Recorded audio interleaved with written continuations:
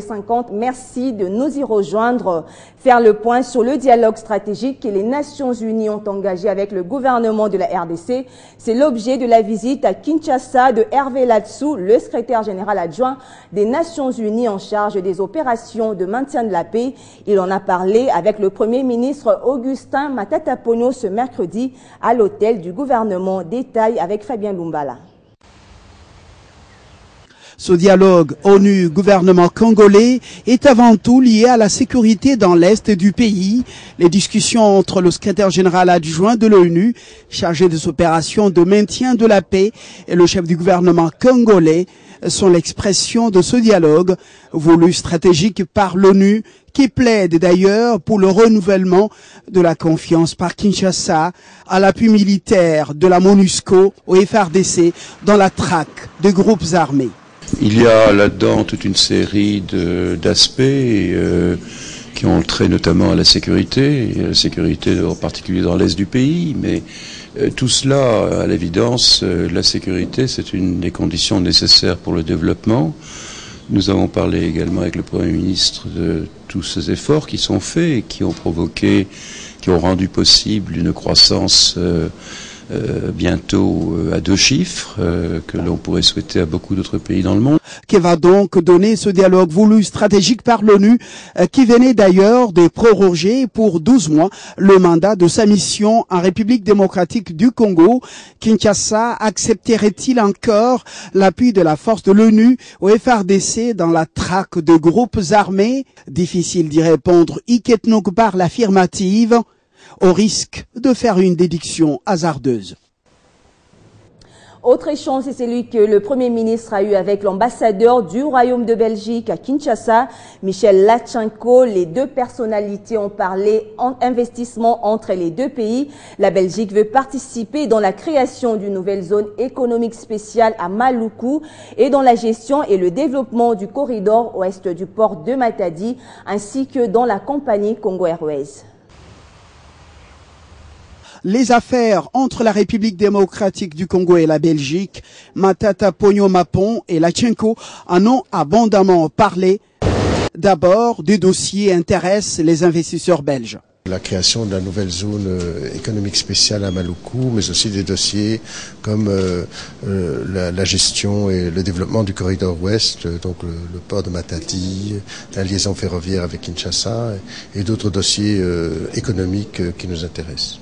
Mais quels sont concrètement ces autres dossiers économiques qui préoccupent la Belgique? C'est-à-dire à la fois les chances pour certaines entreprises belges de participer à cette création de zone économique spéciale à Maluku, l'intérêt de certaines entreprises belges réunies dans un consortium pour participer au développement du port de Matadi et de la liaison ferroviaire avec Kinshasa. Ce n'est pas tout, le projet Congo Airways intéresse aussi les investisseurs belges. L'intérêt aussi, toujours, de compagnies belges dans d'autres dossiers d'investissement de la République, tels par exemple la création de la Congo Airways, la compagnie aérienne nationale.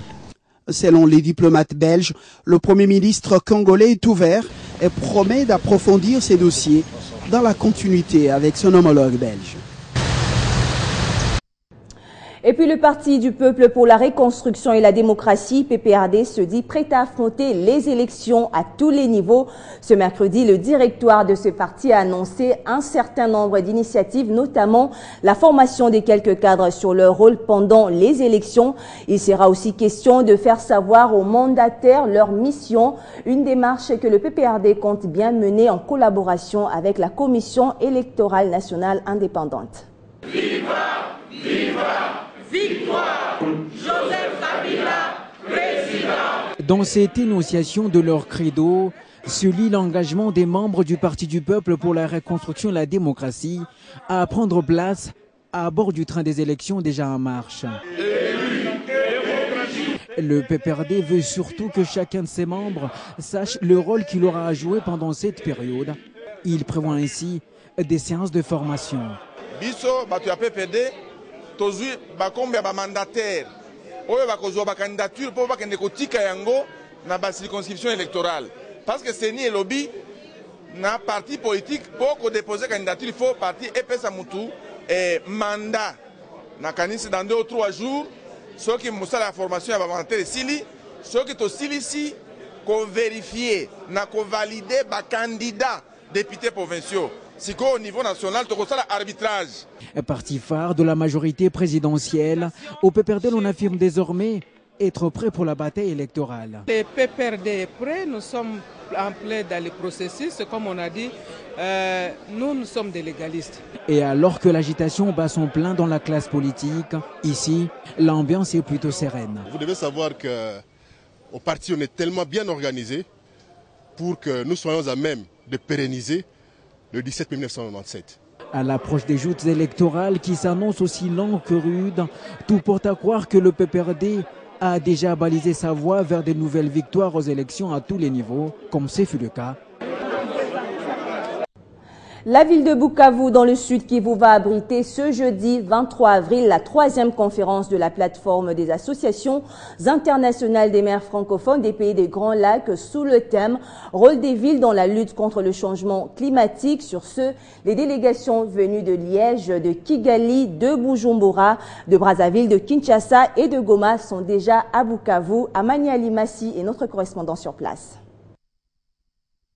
Selon le chargé de communication à la mairie de Bukavu, Robin Aouti, une partie de la délégation des associations internationales des maires francophones se déplace dans la ville de Bukavu depuis ce mardi. La délégation est constituée d'un ancien maire de Liège et des experts de l'AIFM.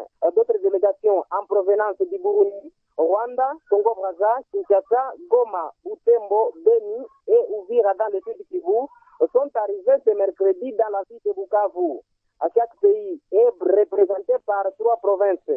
Pour la ville de Bujumbura, il s'agit de la province de Gitega, Ngozi et Ruamba. Pour le Rwanda, Rubavu, Rusizi et Kamembe. Et la RDC, Kinshasa, Goma et la ville de Bukavu. À chaque ville représentée va présenter ce jeudi ses réalisations dans le cadre du plan d'action que cette plateforme s'est dotée dans les précédentes rencontres tenues à Rubavu au Rwanda et à Kinshasa dans la capitale de la RDC il y a quelques mois. En ce qui concerne la ville de Bukavu, le maire Lutombo Yogolelo Filemon va présenter entre autres le projet de la construction d'une gare routière à Bukavu. Ceci pour faciliter les échanges transfrontaliers et les projets intégrateurs liés à l'encadrement de la pêche sur le lac Kivu, pour ne citer que cela. Enfin, à cette 3e réunion internationale de la plateforme des autorités locales, le pays des Grands Lacs va se tenir à l'hôtel Panorama de Bukavu sous le thème « Rôle des villes dans la lutte contre le changement climatique ». Amani Alimasi Joseph, depuis la ville de Bukavu. Dans l'actualité également, le monde célèbre ce mercredi 22 avril la journée de la terre nourricière et le thème retenu pour cette année est à notre tour de montrer l'exemple. En cette journée internationale de la terre nourricière, Ban Ki-moon, secrétaire général des Nations Unies, souhaite que chacun prenne conscience des conséquences de ce choix sur la planète. Pour rappel, 2015 se révèle comme être l'année la plus prometteuse pour l'histoire environnementale de l'humanité tout entière, car c'est en décembre prochain à Paris que les dirigeants mondiaux espèrent enfin signer un traité contraignant pouvant permettre de faire face aux défis du changement climatique. On en vient à présent aux nouvelles concernant le déroulement des activités minières de la société Kibali qui, dans l'ensemble, se porte bien.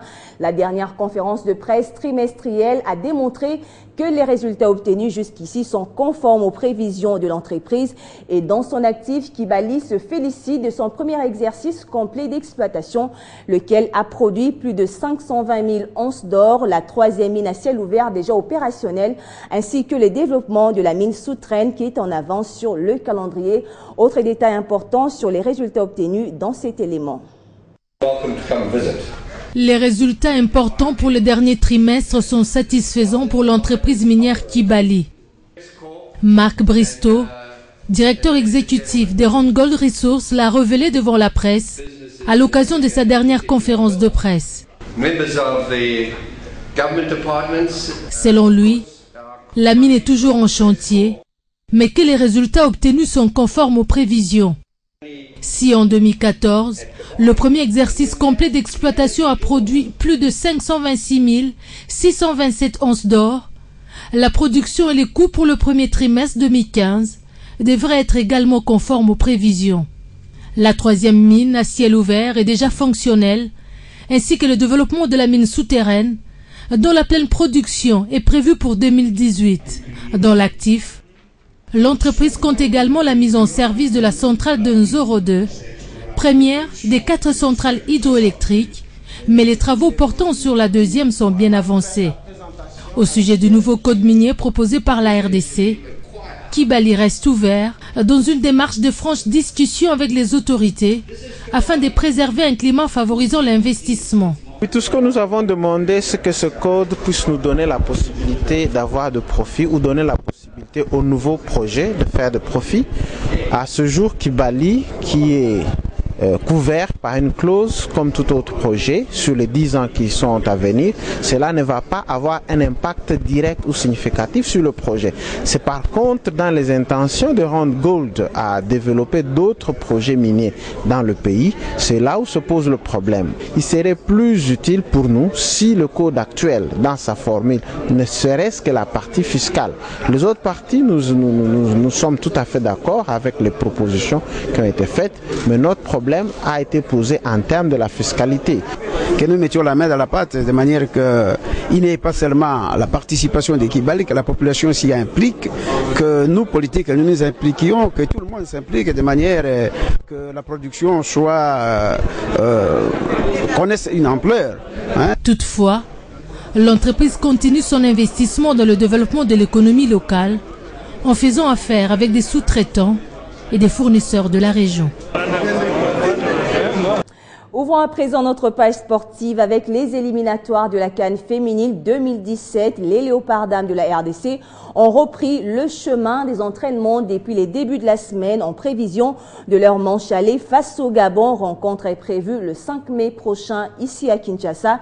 Et ce mercredi au stade Tata Raphaël, il était question en ce deuxième jour d'entraînement pour les sélectionneurs principaux Médard Loussadissou de travailler la récupération et l'endurance, deux notions bien assimilées par les dames de la RDC. Suivez. Les Léopards dames de la RDC des moins de 20 ans ont bel et bien repris les séances d'entraînement avec beaucoup d'envie. Dans une ossature dont la plupart viennent pour la première fois en sélection, il n'y a pas de temps à se distraire. Il faut plutôt taper à l'œil du sélectionneur principal pour figurer parmi les retenus de ce match face au Gabon au mois de mai prochain dans le cadre des éliminatoires de la CAN de la spécialité. Commencer les séances pratiques depuis hier.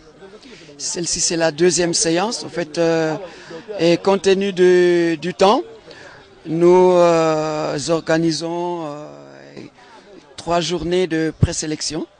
Parce qu'il y a un noyau ici à Kinshasa, il y a d'autres filles qui sont à Lubumbashi, à Mbujima et à Goma, mais nous verrons et la disponibilité et la probabilité de faire venir celles de province. Pour le moment, nous travaillons avec l'équipe de Kinshasa, le groupe de Kinshasa.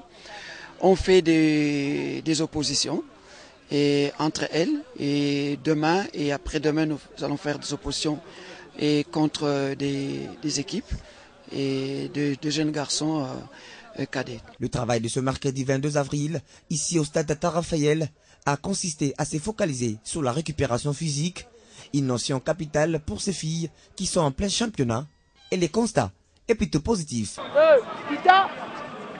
Déjà interné au centre Kourarampo-Va Ansele, ces léopards capitalisent ces moments pour se connaître, mais également pour être prêtes le jour décisif devant les Gabonaises en aller et au retour.